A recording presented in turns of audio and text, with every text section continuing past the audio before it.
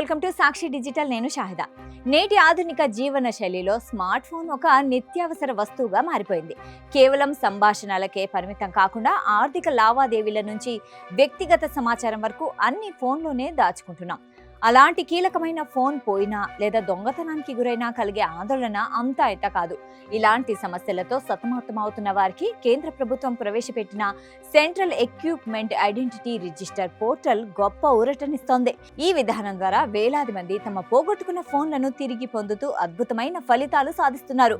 పోయినా లేదా దొంగతనానికి గురైన ఫోన్ను గుర్తించడంలో 15 అంకెల IMEI నంబర్ అత్యంత కీలక పాత్ర పోషిస్తుంది. ఫోన్ పోగొట్టుకున్న వెంటనే బాధితులు సమీపంలోని పోలీస్ స్టేషన్లో ఫిర్యాదు చేయాలి.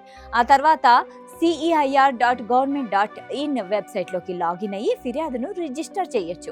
సాంకేతిక పరిజ్ఞానం లేనివారు మీ సేవా కేంద్రాల ద్వారా కూడా ఈ ప్రక్రియను పూర్తి చేయొచ్చు. పోర్టల్లో కంప్లైంట్ రిజిస్టర్ చేయడానికి ఫోన్ నంబర్, IMEI సంఖ్య, ఫోన్ కంపెనీ, మోడల్, కొనుగోలు చేసిన బిల్లు వంటి వివరాలు అందించాలి. దీంతో పాటు ఫోన్ ఎక్కడ ఎప్పుడు పోయిందనే సమాచారాన్ని, బాధితుడి పేరు, చిరునామా, గుర్తింపు కార్డు వివరాలని అప్లోడ్ చేయాలి.